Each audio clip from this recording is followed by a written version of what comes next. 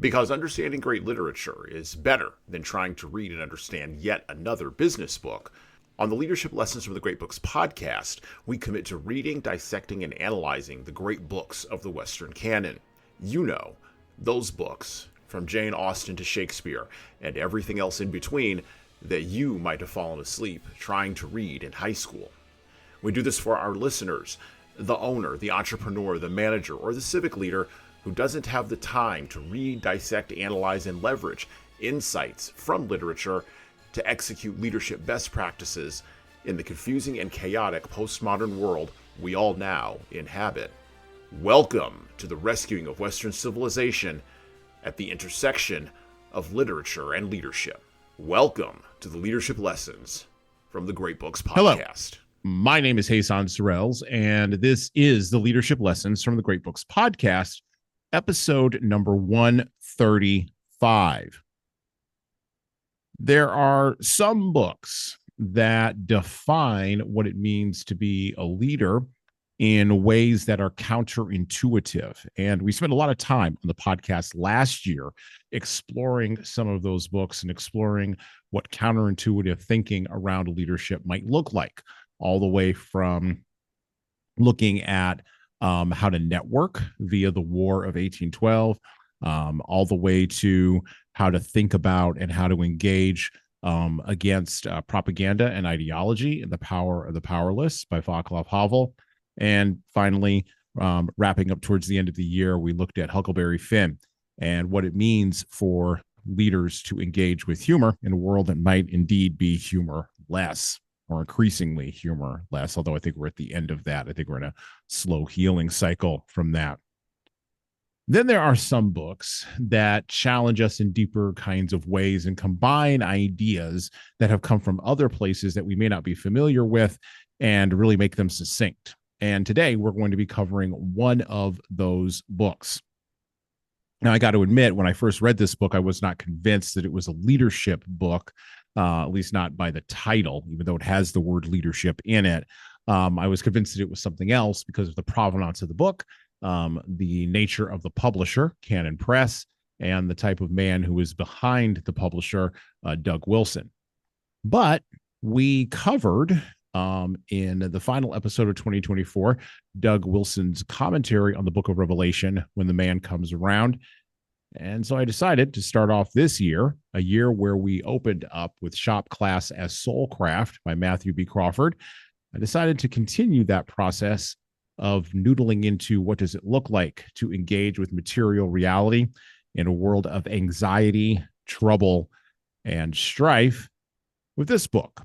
And I'm not going to show it to you because guess what? I don't have a physical copy of this book, but I do have a digital copy, and we are going to be talking about insights from that book and insights from the digital copy of that book today with our guest co-host from the end of last year, whose name and voice you will recognize when I say it.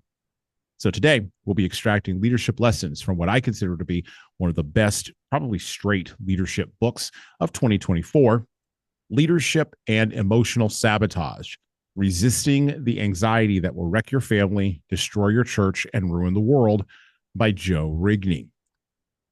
Leaders, here's a question for you. How do you solve a problem like Ed Friedman? And today we will be joined in our conversation by our first guest co-host of 2025, who, as I mentioned before, was our last guest co-host in the final episode of 2024, where we did discuss that commentary on the book of Revelation by Doug Wilson, When the Man Comes Around. We are joined today by my friend and former pastor, who I've never really mentioned that on this show, Brian Bagley. How are you doing, Brian? Hey, man, I'm glad to be here. Thanks for having me. So Brian has on his very snazzy vest. I have on my flannel, which is lined with sheep's wool that I got for Christmas. My wife says that I look very much like a farmer now. I look like a blue collar guy, which kind of goes along, I think, a little bit with the nature of the book and the kinds of things that Joe is attempting to get to here in Leadership and Emotional Sabotage. So you'll see that on the video. You won't hear any of that on the audio, but you'll see that on the video. So it'll be good. You look great, by the way. You look great, by the way. It's interesting. So I was looking at, we were doing our pre-recording, kind of going through our pre-recording checks with my production assistant. And I was looking at the video and I was like, oh my God, like I'm all gray on that side. What is happening? Well, It's time. wisdom. Coming in. Something's coming out. It might be that something's coming out. I don't know about going in. But let's see if we can get to some wisdom today. So just like with most books that are new or relatively new, we're not going to read directly from the book today. We're going to comment on it. We're going to talk about larger themes in the book. And then I'm going to ask Brian some questions, and we're going to kind of walk through some of the big chunky ideas in the book. This book is short, and it's only 108 pages, so it's an easy read. And I will admit, I was kind of perturbed when I figured out how short it was, because I was like, really, how good could it be? But short, small books are what Canon Press is known for. Books that distill down the BS and the nonsense and really get into just, this is what this thing is, right, that we're talking about. And we'll talk a little bit about Joe Rigney. And we'll talk about his background, why he wrote this book potentially, and sort of some ideas I have about that. So I'd like to kick off with a brief summary of the book. So what Joe Rigney is doing is he's taking ideas that were formerly proposed in a book called The Failure of Nerve by a guy named Ed Friedman many years ago, a book that was, to my knowledge, never fully completed. And he's taking these ideas, which were written with a focus on evolutionary biology, a focus on psychology, and a focus on secularism. And he is applying a biblical worldview to these ideas and placing them in a biblical context. And Rigney, the author of Leadership and Emotional Sabotage, picked up a few principles that Ed Friedman had talked about, but not all of them, but he picked up a bunch of them. And those include ideas of emotional systems being around in the world, chronic anxiety, triangulation, a concept called herding, which we're going to talk a little bit about today. What it means to be and what it means to be and who is a well-differentiated leader. Empathy, which we're going to talk a lot about empathy today, particularly weaponized empathy. We're going to talk a little bit about that. And because Joe got into a little bit of trouble talking about weaponized empathy a few years ago. And this idea of emotional sabotage, which Friedman never really discussed, because Friedman didn't really believe, just like most secular atheists don't believe, in a fallen world. But Christians do, and they know that we know that we have to operate within that very carefully. In chapter 1 of Leadership and Emotional Sabotage, Rigney draws on the Bible, Shakespeare, Homer, and he does all of this to show how anxiety that's current in our society is not just a general crisis, but a crisis of degree. And he makes some distinctions with the difference in the book that I think are important in the first few chapters. In chapter 2, Rigney builds on that concept of a crisis of degree by talking about and addressing this question, how can a leader lead through a crisis of degree? What does that actually look like? And then in chapter 3, Rigney describes the concept of emotional sabotage. One of the things that's interesting to me and why I wanted to talk with Brian about this is because the dynamic of emotional sabotage occurs a lot in churches and has occurred a lot more, I think, as the crisis of degree has increased over the course of the last, I would say, 25 years. And it has led to church splits. It's led to church leadership being questioned. Probably the most public example that I could think of recently that has happened, that's in the public zeitgeist, is all of the dynamics between Beth Moore and anybody that you can mention in the Southern Baptist Conference. As growing leaders, and this is from a review of Joe Rigney's book, as growing leaders begin to exercise renewed biblical leadership, the pushback is often negative and pronounced at first. How can a leader lead through this? And I don't think it's just in churches. I think as leaders, and we're about to see this, I think, with the new Trump administration at a macro political level, but I also think we're about to see this at a micro political level. As corporations move away from DEI and other initiatives that they have that they have pushed for the last, well, since that mostly peaceful summer of 2020, what you're going to see is a lot of emotional sabotage. I'm already starting to see the little tiny spring shoots, the leaves coming up on the trees of that on places like LinkedIn and the Drudge Report as the quote unquote resistance to, well, to being emotionally manipulated really begins to kick in. And it's going to be interesting to see how these CEOs and these leaders respond to the pushback that is negative and pronounced against emotional sabotage. So these are some of the main ideas that are at the front of leadership and emotional sabotage. And I'd like to kick off by asking Brian Bagley, what do you think about this? What do you think about this book? Talk about it. I know you had mentioned when we started talking about this book that you had started it and then you put it down. Now you've gone back into it. What do you think of this book? Yeah, no, I think it's a timely book. I think there's a lot of application in not just in the church. I think your analysis there, you're drawing the line between the DEI and emotional sabotage. I think is absolutely spot on. I think there are plenty of examples where people have made appeals to emotion that I think in a bygone era would have just been, shrugged off. In a more masculine era, those appeals to emotion would have just been dismissed. But we don't live in a masculine era; we live in a feminine era, and so there's a lot more weight been given to emotional appeals, whether it's through mass media, politically, even unfortunately, as much as I hate to say it, theologically. And you would hope that your theology would be, theology is the thing that's at the headwaters of any society. Is they're what they think about God and man, and so.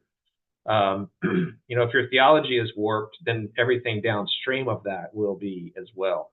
And so I think, just from reading the book, and I think Joe Rigney I think he's ahead of the curve with this book. I think he's said some things that need to be said, and I'm excited that he wrote it. I'm glad that I was able to get through it, and I look forward to applying it in the coming months and years. Well, it's interesting that you mentioned that religion, and you and I have had this discussion, theology or religion is upstream, or other things. Let's frame it this way. Other things that we value in civic and public life are downstream from religion.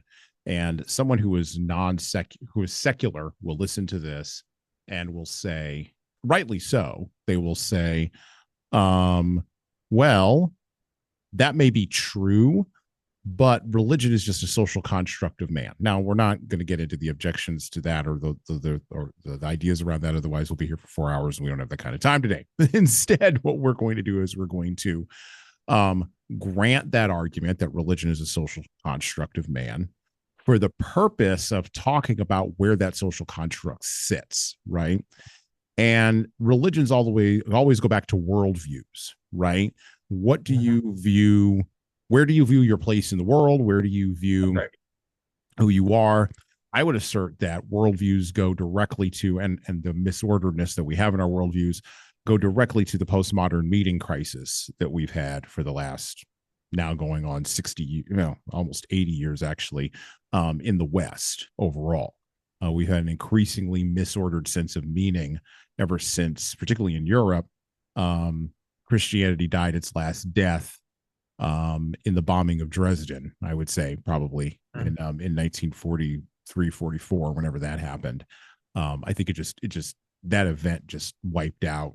And it's not just that event, it was a culmination of a lot of things, but that just sort of wiped out Christian Europe and allowed for the rise of deconstructionism that infected academia and other areas of of American public civic life over the course of the last 80 years or so.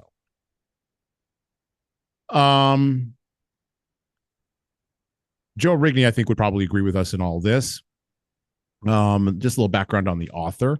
He earned a Bachelor of Arts degree in communication from Texas A&M University, followed by a Master of Arts in Biblical and Pastoral Studies from Bethlehem College and Seminary, and a master's degree in Classical Christian Studies from New St. Andrews. That would be Doug Wilson's outfit in Idaho, and a PhD from the University of Chester in England. He also served for a brief time as the preaching pastor, or maybe he currently serves as the preaching pastor at City's Church in Minneapolis. Let's talk a little bit about Joe Rigney. So John Piper booted him from his little conclave up there in Minneapolis. Can you tell the listeners why that happened and who John Piper is? Because maybe most folks may not know. Yeah, John Piper is a great preacher, pastor, and he kind of cut his teeth. He kind of became famous in the 1990s for a series of I would say college age.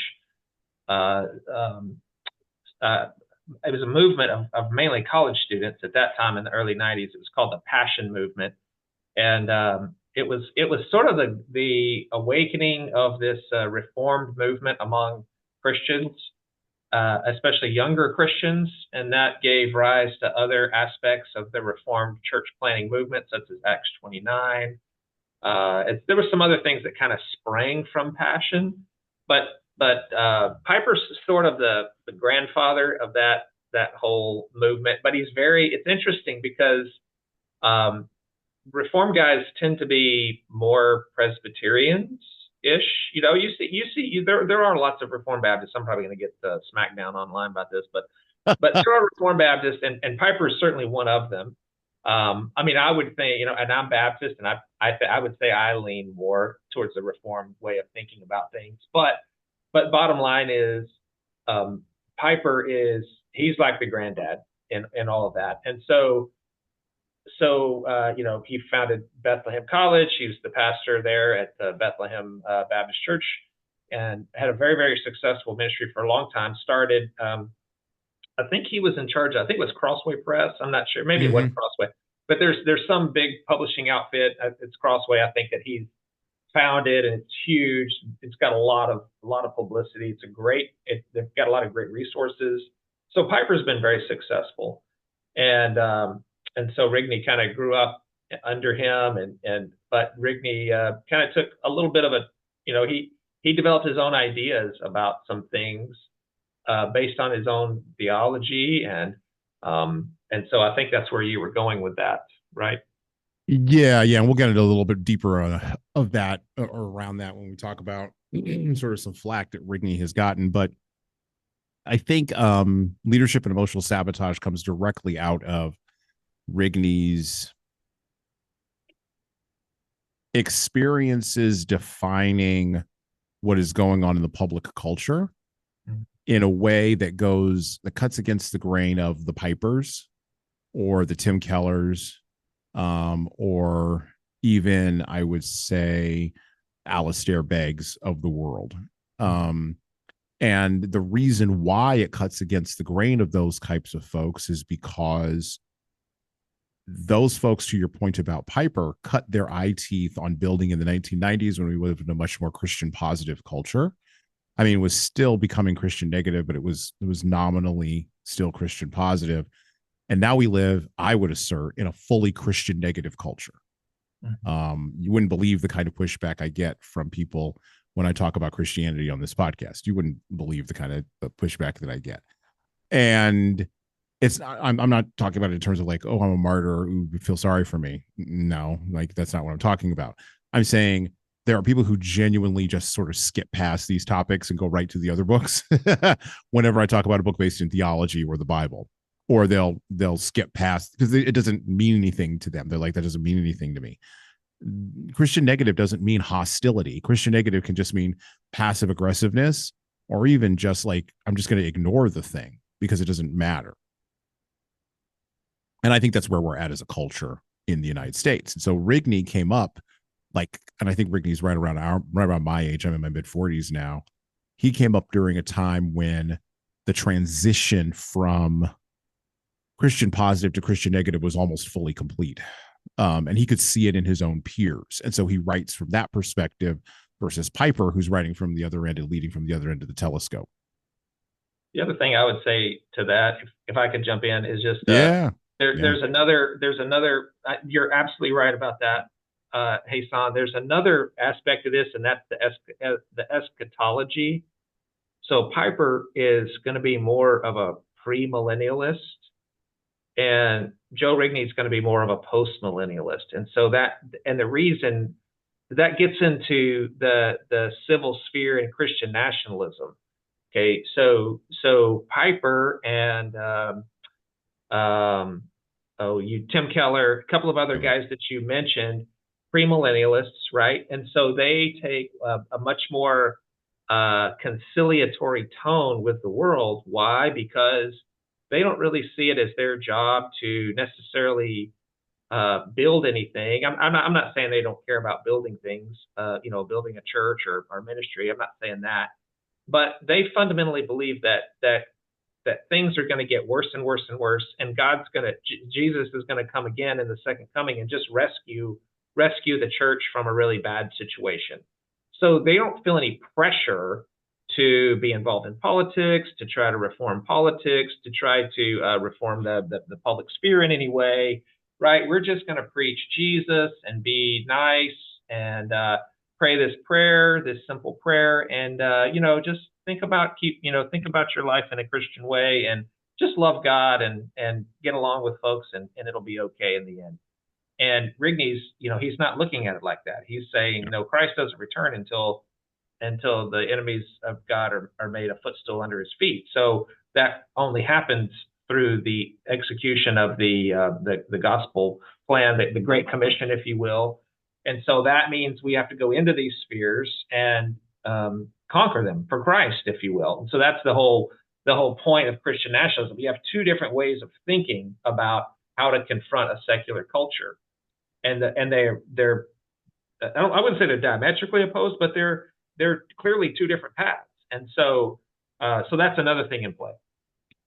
Well, and then you get into I sent you the article. You get into infant baptism, which I'm not going to get into. I'm just not going to get into on this podcast. I always say I'm a recovering Catholic, a recovering Orthodox Catholic. And so maybe next time, maybe sometime this year, we'll come on and we'll talk about the intricacies of infant baptism for our audience. That would be interesting. Because there's some definite, let's put it this way, we're the Orthodox and the Orthodox Catholics and the Catholics, the Western Catholics are reading the passages around baptism differently than the Baptists are. Let's just say that. They're just reading them differently. True statement. So, it's interesting though. Let's talk about Christian nationalism, because this one's a little bit more.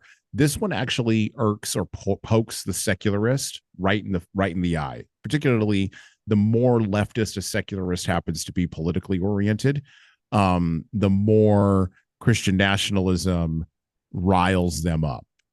And the reason why, I think, and I want to go to a deeper thing other than the nationalism or this weird heuristic shorthand that's always put out there of, well, we got to separate church and state. And Christian nationalism just wants to combine church and state. We're going to have a theocracy, Handmaid's Tale, blah, blah, blah. And then they start foaming at the mouth, and they make a Hulu show or something that a bunch of people on the East Coast and the West Coast watch. Christian nationalism, I think, irks people of a political stripe because they are of a very particular psychological temperament. I would assert. I think Rigney would agree with me, and I got this from the book too. So Rigney is very much concerned with what has happened and how to solve it, which is great. He's describing the what. He's saying this is emotional sabotage. This is weaponization of empathy. This is what was the other things on my list? Oh yeah, these are the emotional systems. This is what anxiety looks like in the church. This is what triangulation looks like. He's very much consumed with this is the what, and now let's move on to the how do we solve it, which is great, right, for the podcast and for where we're going this year. Great for our show.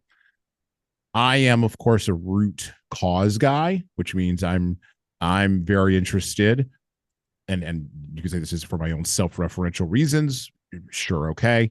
I'm very interested in the why and the how. Mm-hmm. So the reason why Christian nationalism pokes people of a certain temperament, I think, is because of the problem in our world today that if you mention it would get you booted from polite society. And Brian actually already mentioned it. So, but Brian's already been booted from polite society, so it's fine. It's fine. And he still eats, and somehow his kids still have clothes, so it's cool. Like being booted. Yeah, being booted from it's fine. It's fine. But I think the problem is this, or the why is this. We have a dominance or preponderance, maybe this is the best way to put it, of the prioritization of a more feminine temperament in communication and social situations. And that has slowly come to overwhelm public discourse over the last 40 years. As a matter of fact, probably the biggest example of this is the recent hearings for the Secretary of Defense, Pete Hegseth, and just go online and search Pete Hegseth female senators, and you will find all kinds of memes and videos that will pop up in your browser. And if you are at work in a place where HR is looking over your shoulder, you might want to make sure to not go through the VPN at work when you look at this, because feminine HR will have a conversation with you. Whether that feminine comes in the form of a man or a woman, I do not care. It's a temperament issue, right? That's right. And I think that people are searching around for why that feminine temperament has come to so dominate public discourse in work, in churches, in schools, in government.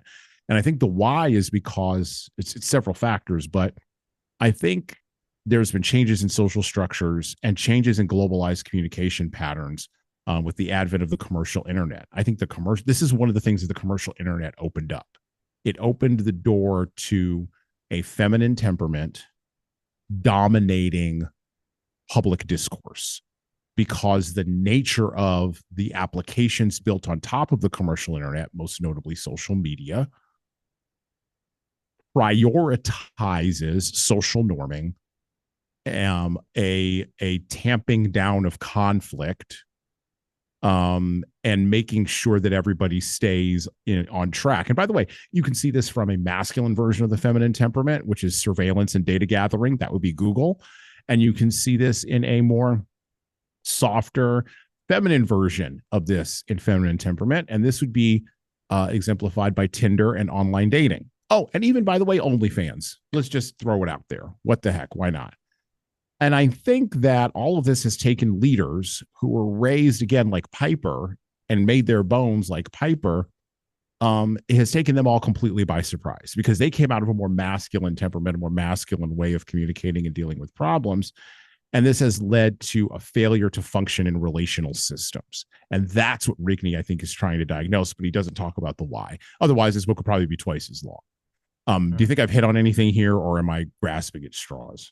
No, I think that's good. I do think I think Rigney's not concerned about why we're here. He's assuming that you agree with him on that point, I think. Right. And he's just saying, hey, just look around. There are people who are resisting leaders through emotional manipulation. And I think, I don't think you could disagree on the temperament of the society, whether it's masculine or feminine, and know as a leader that there are people trying to emotionally manipulate you. I mean, that is happening in corporate boardrooms and cubicles all over America. So okay, so why has that worked so well in the formerly strongly non-political or conservative organization like the church? And I mean the church in a Western sort of context, not necessarily a specific denomination. Yeah. Because this disease is striking everywhere from the I mean, the Orthodox are resisting, but I think they're the last bulwark, backed up against the wall. But everything else is like, even Protestantism, everything else has fallen to this. Why has that happened? Yeah. You hit on something really, really good when you were talking about it's a matter of temperament. Right. So when we're talking about men and women, we're not talking about men and women good, bad. We're talking about men, women the way that they are. Right. So women are more emotional. They are they tend to be more nurturing. Now, everybody can sit here and think of a woman who's not nurturing at all. Like you've got one in your head. Nope, she's not one nurturing bone in her body. Okay, and then we can all think of the one guy who we know who's like, oh, he's the sweetest little guy you've ever met, so gentle, so kind. Okay, I'm not talking about your exceptions. I'm talking about broad categories in general. Okay, women tend to be more nurturing than men in general. Okay, men tend to be less nurturing, more direct in general. And so I think that's what we're talking about here. You're talking about a society that has deferred to a more feminine way of communication over time. And so I think you see that you're talking about in churches, like with Piper, with Tim Keller, the way that they planted those church efforts in those big cities. They knew they were going into negative world. New York City was already well on its way to negative world. And so rather than confront that world head on, they chose a more winsome approach. Like they wanted a conversation. They wanted a dialogue. They wanted to, rather than come in there with a Billy Graham crusade and pray this prayer and give your life to Christ and repent from your sins, it was like, well, hey, let's have a conversation with someone who's not a Christian or an atheist or, a seeker, as it may be called. And let's see if we can convince them, right? Let's win them over. And so, but in an increasingly negative world, that just doesn't work.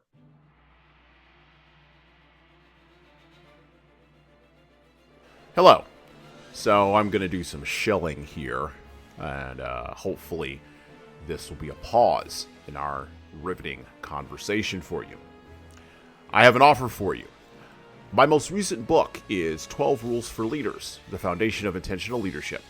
It's available in paperback, hardcover, or as an ebook on Amazon, Barnes & Noble, Kobo, and any other place you order books.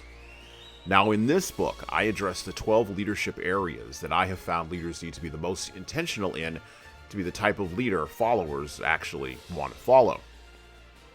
From establishing a foundation of leading teams through managing conflict effectively, all the way through leading teams through change, knowing what to do and why to do it can help readers, like the ones listening to this show, become better leaders.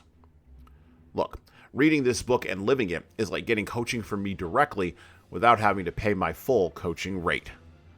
Head on over to leadershiptoolbox.us. That's leadershiptoolbox.us, and scroll down the homepage and click on the Buy Now button to purchase in hardcover, paperback, and Kindle format on Amazon 12 Rules for Leaders, the Foundation for Intentional Leadership. And that's it for me. Now back to the show.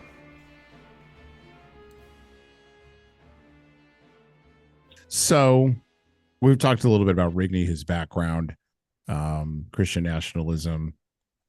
We have not touched on infant baptism because I'm just not going to do that today, as I already mentioned. But all those things kind of led him to being booted out of Piper's outfit up there in Minneapolis, Bethlehem College. And he landed on and began to work with Doug Wilson and created this book, Leadership and Emotional Sabotage. And I think this is the first book of many that's going to come from Rigney's pen. By the way, the internet has also given us the opportunity to publish. And so it's taken the person who would normally have stood on the street corner with a clapboard and said, "The end is near," ringing a bell. And now that guy just goes to Idaho and blogs all day. And eventually he finds people who are doomers and gloomers, but he also finds people, if he's really sophisticated in his communication, who understand that if he's taking flack for saying the end is near, he must be over the target. And so I want to talk a little bit about that. One of the things that Rigney talks about in his book is courage, right? Courage in the world, courage in the church. Talk a little bit about that, Brian. Like, what does it take to confront these individuals and even systems, because it's really systems thinking. That's the thing that attracted me to this book, because I'm a systems thinker. Like, I see how things click together. And that's also what makes me a root cause guy, because if you could figure out how the system is clicked together, then you could basically reverse engineer the system, figure the thing out, and then go, oh, okay, that was the seed. If we just go pluck that out, we can solve the problem, right? Yeah. So, but that takes courage, right? And the venture capitalist Peter Thiel once infamously said that courage has always been in short, or brilliance is always in short supply, but so is courage, basically. And I'm butchering that phrase, but it's true. Like, courage has always been in short supply. So in a time where, and I'm not going to talk about, I mean, the easy examples to bring up are cancel culture and things like that. Those are easy to bring up. But in a time where we as leaders have to have courage, how do we do that in the face of weaponized empathy and in emotional sabotage? How do you avoid being emotionally manipulated as a leader? Yeah, I think you have to be willing to speak to the elephant in the room. So a lot of times people will know that there's something wrong, but because they don't want to ruffle feathers, or there's some sort of protected, I don't say protected class, but there's some protected idea. It could be protected class. It could be there's just, we don't want to acknowledge that this problem could be something else because of, whatever it is that we're protecting, right? So it could be sexual orientation. It could be anything. It could be a number of things, right? That we're saying, oh, that's off limits, verboten, don't talk about that, don't address that. And then people use that to sabotage some effort that's being done. Okay. Well, I'll use an example even better than sexual orientation. We don't do we do very little psychological research around IQ anymore in this country. Absolutely. Because it's brutal. It's absolutely brutal. That's particularly the correlations. And nobody likes to use this term because now they think you're leaning into causation when you say correlation. No, I'm saying correlation, and I have a relatively high IQ. So it's okay. I've done pretty good. I know what I'm talking about. But the correlations between IQ and ethnicity, no one wants to do any research touching on any of that ever since Charles Murray got slammed back in the day. Yep. And if you don't do that kind of research, then you can't solve the problem, because what that IQ research takes you into is a space where you don't know what to do about IQ. Because as a researcher with a limited number of scientific materialistic tools at your disposal, you're now wandering into a space where those tools don't work. And so there's, to your point, there's a lack of courage around IQ. Forget it. Cancer. There's all kinds of bulimia. There's all kinds of things that you're just not allowed to talk about because, we don't want to talk about the underlying causes. The underlying causes are going to cause us to confront some other truths that we don't like. Right.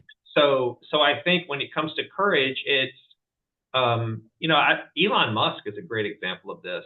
I think, Elon Musk has, people were trying to bully him at Twitter into silence or into, I think was it him and Bob Iger? Somebody was trying to basically deny, they were going to punish Twitter they were going to punish Elon Musk by saying, hey, we're not going to give our advertising dollars to you until you can either shut your mouth or say what we want you to say. And then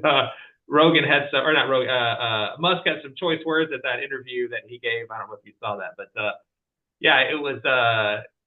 But basically, he was saying like, look, there's this whole problem with free speech in our country, and people are trying to bully me with money.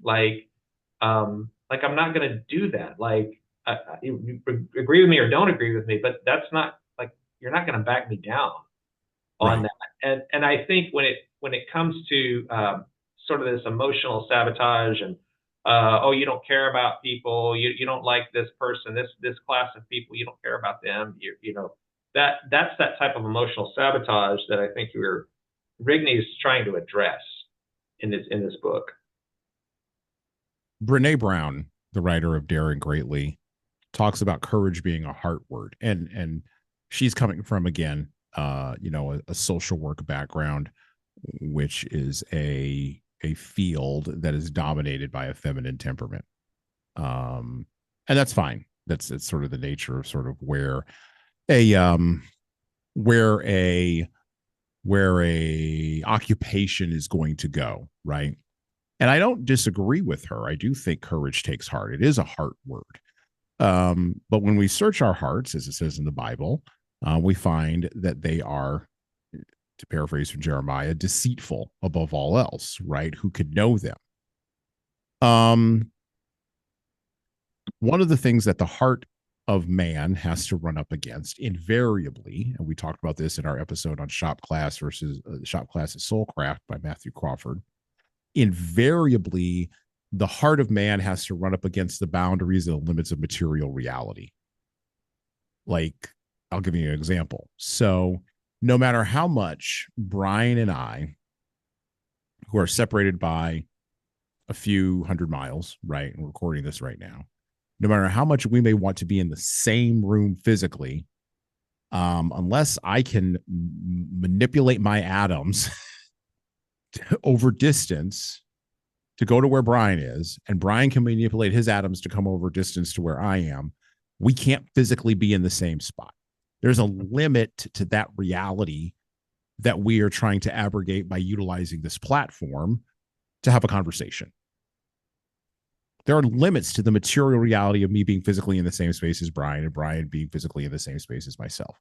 And no matter how much fantasizing or anger or disgust I have, no matter how many regulations I write, no matter how many senators I buy, there's nothing that's going to change the reality of me taking my atoms and taking them over to where Brian is, and Brian taking his atoms and bringing them over to where I am. And by the way, the reason why I'm using that example is because we have a lot of people who right now are trying to defy material reality and claiming that the virtual world defies material reality. And if that's true, that becomes a religion. Yep. But from those headwaters come the poison fruit of emotional sabotage. Because if I don't get my way and I run up against the limits of material reality, I already said that, like, material reality can be abrogated. That's my religion. But yet the water's still wet. The wood is still there. Something's got to break. Either I'm going to break or material reality is going to break. Talk to us a little bit about, or talk with us a little bit about what leaders can do to help those people who can't, because I think there's a lot more of these people than we think there are, navigate the limits of material reality. Yeah. And who default, by the way, to being inside of these internet spaces and these social media spaces because there they feel as though they are free. Mm-hmm. Yeah, I think just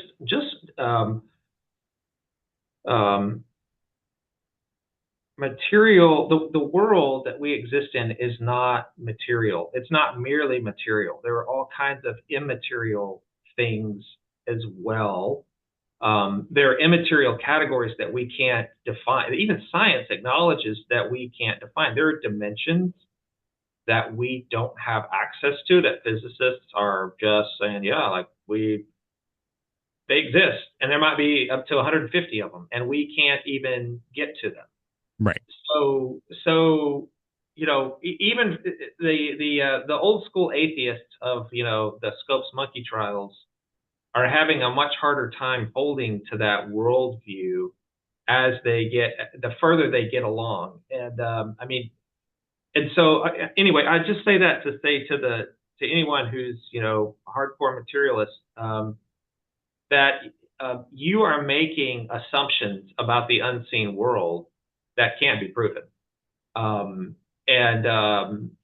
can't prove that everything's material. You're making that assumption. And from that assumption, you're drawing metaphysical conclusions based on that assumption. And that's fine.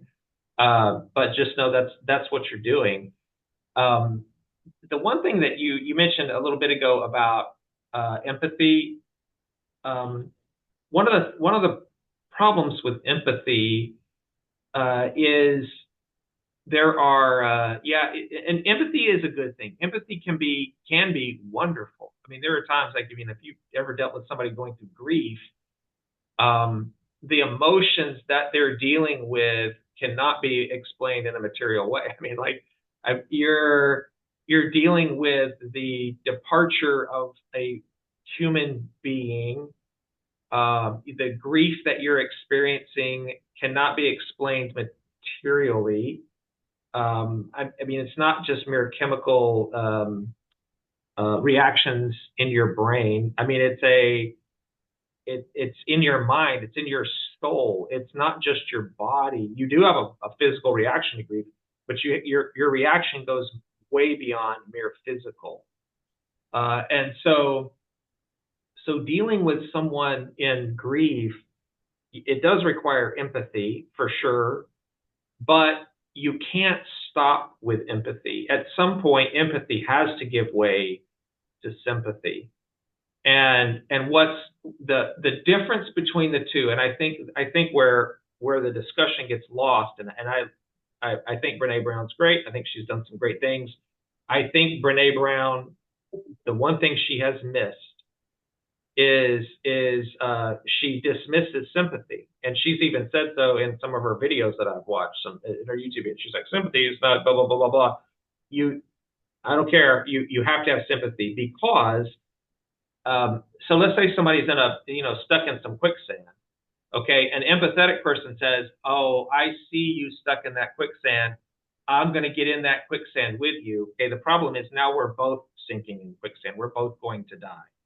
A sympathetic person would say, that quicksand looks terrible. Hey, let me hand you a stick. Let's see if I can pull you out of there without getting in with you, right?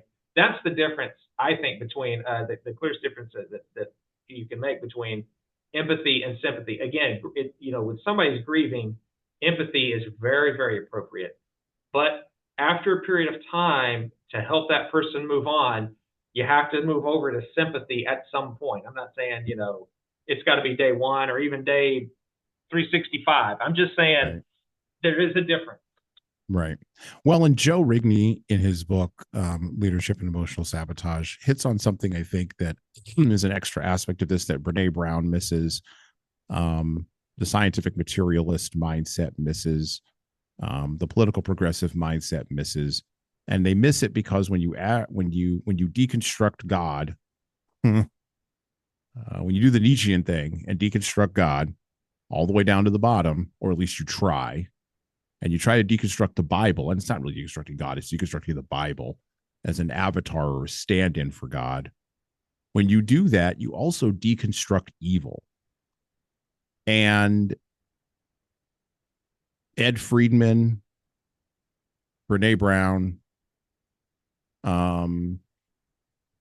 both these folks on either side of the spectrum on empathy, and I think Ed Friedman would agree with you about empathy. I think he would absolutely agree with you about the difference between empathy and sympathy. Absolutely. And Ed Friedman was writing, Failure of Nerve 30 years ago now, right? 40 years ago now.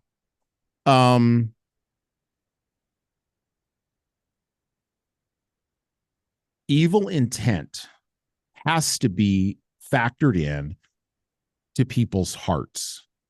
So, to your point about sitting with someone in grief, I can absolutely sit with somebody who is grieving their loved one. The challenge for people who do not have a worldview that includes, quite frankly, Satan or Luciferian intent is that they don't know what the hard limits, this goes back to that idea of material reality. They don't know what the hard limits of their empathy are because they don't have a good Richter scale internally for when it goes from being grief-stricken, genuine remorse about something that has happened to manipulation. And this is the problem we're having. This is the core of one of the problems we're having today. And I think pastors are facing this in counseling sessions all over the place and talking with people who are, to your point earlier about Piper's Church, seekers. They're seeking. Well, what they're seeking is a defined, clear, black and white, and I know we hate black and white, but a clear, defined black and white definition of what is good and what is evil and where the boundaries are. And the courage to say that in a counseling session. I mean, as a former pastor, you've been in counseling sessions before. How many people, let's frame this question this way as we begin to round the corner for our close here. Short book, short episode. I recommend you pick up Leadership and Emotional Sabotage. You're going to get a lot of this from this book. But how many folks as a former pastor, did you sit in rooms with where the line between what they were doing that was good and what they were doing that was evil was very clear? Yeah, it's not clear at first. It takes a lot of time. It takes a lot of conversation. And sometimes it's not even clear to the person. That's the thing. The person who's doing the manipulating, they don't even know they're doing it. Right. It's a behavior that was learned maybe from their parents, that because their parents were good at it, and that's just the reality for them. Like, they don't know any other way to interact with someone. Right. And so it takes time and energy to work through, help them. First off, they have to see it. They have to understand what it is. The hard part for a materialist, someone maybe with a Darwinian worldview, like if you're the survival of the fittest, I mean, this is just another technique, right, to get what you want. I mean, this is manipulation is just gives you an edge up on someone. Yeah, why would you eat your neighbor? Yeah, right. I mean, it's fine. Right. I'm in it for me. And so, you're like, if you're a secularist, you're worried about today. That's what secular means. It's a todayist. It's a presentist, right? I mean, I don't need to worry about the future. I'm just trying to get what I need for the day. I mean, so, I to your point, I would say that empathy is definitely a tool that a leader needs, but you can stray, and you can be played, and you can stray away from that and get into poor leadership and be taken advantage of as a leader, and then your business or your people suffer because of that. And that's I think that's the point of the book. Yeah, I think that one of the great things about Rigney's book for leaders is that Rigney, in a positive way, kind of like Saul Alinsky did in Rules for Radicals, he's provided a book where he understands the rules of the system better than the participants inside of the system do, and thus he can take apart the system. That's what Saul Alinsky talked about in Rules for Radicals. And Rigney is continuing a tradition that Doug Wilson started in Rules for Reformers, where he understands the nature of the system. And understanding the nature of the system means, yes, making a judgment about it, because you're going to examine it, you're going to hold it in judgment, absolutely. But it also means that you're going to analyze it, critique it, and yes, I'm going to use this term again, deconstruct it, but for the purpose of rebuilding something else. And I think that this book, along with the book that we covered last week and the books that we're going to cover this year, can provide in toto a way forward for leaders inside of a world of emotional sabotage. Although I do think that we are returning to a public discourse, at least to a small degree, a public discourse that is a bit more, and we've already used the word feminine, masculine in its temperament, because of the nature of bad orange man Donald Trump and the way in which he communicates, which is very much a masculine temperament method of communicating. And by the way, for those of you who don't know, that method of communicating is you and I are going to have an argument. We're going to tussle it. We're going to confront each other directly about what the issue is. I don't really care about your feelings. You don't really care about my feelings. Not in the global Kantian one world, we are the world, we are the children kind of sense. I don't care about your feelings. I care about solving the problem. So let's solve the problem, and then we can worry about our feelings afterward. We can worry about how we feel about the solution afterward. And that is a masculine method of approaching conflict and confrontation that Trump does very well, which, by the way, puts the fear of, if I shall be so bold, God into those who have dominated the public discourse with feminine temperament. currently, which is why you see so much caterwauling about Trump. Yeah, I think for any leader who's listening to this, one thing I would encourage you with is, there's nothing wrong with acknowledging feelings. The thing that as a leader you have to do and lead your people to do with their feelings is understand that feelings, like let's say you're on a road trip, okay, and you're driving a car. You've got yourself, maybe you've got your spouse in the car with you, and you've got your kids in the car in the back. If you have kids, okay, maybe you have pets, something, I don't know. But you would never let your kids drive your car, okay? Especially if they're like little kids. You would never do that, okay? There's going to be two results. Either you're going to crash the car, there's going to be a terrible wreck, or you're going to get there late, okay? And feelings are the same way. When you let feelings drive your life, okay, when you let your feelings drive your decision making, drive how you respond to certain situations, you inevitably crash your life, or you get where you need to go too late. Okay, you take a wrong turn, you make a mistake, you end up saying something you shouldn't have said.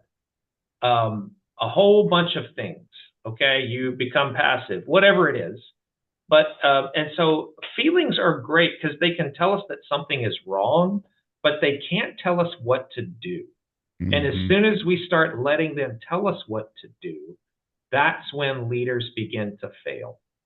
And so I think this, feelings are fine. It's fine to know them and acknowledge that they're there, but don't take direction from them. And I think that's where I hope the resurgence of this, as you think this masculine temperament and leadership, whatever, I hope that that's where it takes us. Because I don't want to say we, completely ignore feelings, right? They are helpful. They are useful. They're there to tell you something's wrong. They just can't tell you what to do about it. I would add to that, we also need to, and I've been saying this for many years in a lot of different contexts, in leadership development work that I've done with clients, we need to be able to very calmly and very quietly, when emotional sabotage shows up, recognize it, call it out for what it is, and then here's a word that leaders need to have in their quiver. No. The word no. Now, you can follow that up with whatever you want after that. However, no is a sentence. It has a beginning, a middle, and an end. It's got a subject, object. Subject and a verb. Done. Subject and verb. Done. Subject done. is you. Implied subject is you, and the verb is no. No, that's right. And by the way, female leaders can use no. Male leaders can use no. People with a feminine temperament can use no, but people with a masculine temperament can use no. Anybody can use no. No is available to every leader out here. And because two things can be true at once, too many leaders equivocate on their no's. They want room to negotiate later on, because no, while it is a sentence, no creates boundaries and puts the other party sometimes in a box. When emotional sabotage, however, has occurred, when emotional manipulation is occurring on your team, a box is exactly the spot where that manipulation and sabotage needs to go, so that it can be exercised and dealt with. I would also say that leaders need to appeal to an objective standard outside of themselves. Now, Brian and I think the Bible's pretty good. You may not want to bring that to work. Okay, that's fine. You may want to bring the Bible in your heart to work. That's fine too. But bring an objective standard, rules, regulations, something that exists outside of the participants in the conflict, something that exists outside of the participants in the confrontation or the really rough communication interaction that's occurring. An objective standard, the word no, these are tools that will allow you to be successful as a leader in the face of anxiety, which we didn't even touch on, but the face of anxiety, the face of emotional sabotage, the face of emotional manipulation, and of course, weaponized empathy. All right. It was a short book. I don't feel that we did it short shrift. If anybody knows Joe Rigney, get him a link to this audio right here. I would love to have him on the show talking about the book. I'm sure I could reach out to him directly, but if anybody who's listening can find him, go find him and tell him he needs to send me an email. Otherwise, Brian, you have anything else to add before we close today? No, I would just encourage your leaders to pick up a copy of that book. I think it was very helpful, and yeah, Joe's a great guy.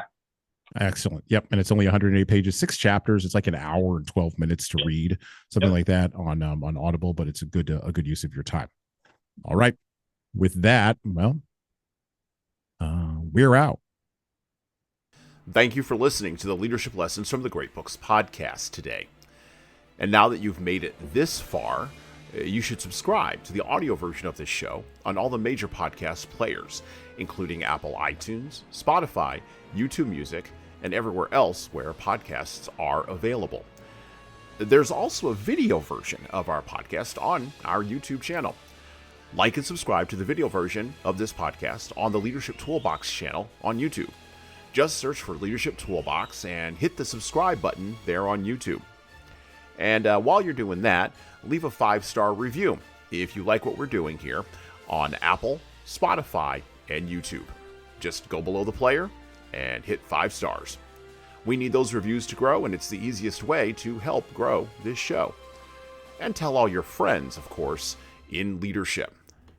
By the way, if you don't like what we're doing here, well, you can always listen to another leadership show. There are several other good ones out there. At least that's what I've heard. All right. Well, that's it for me.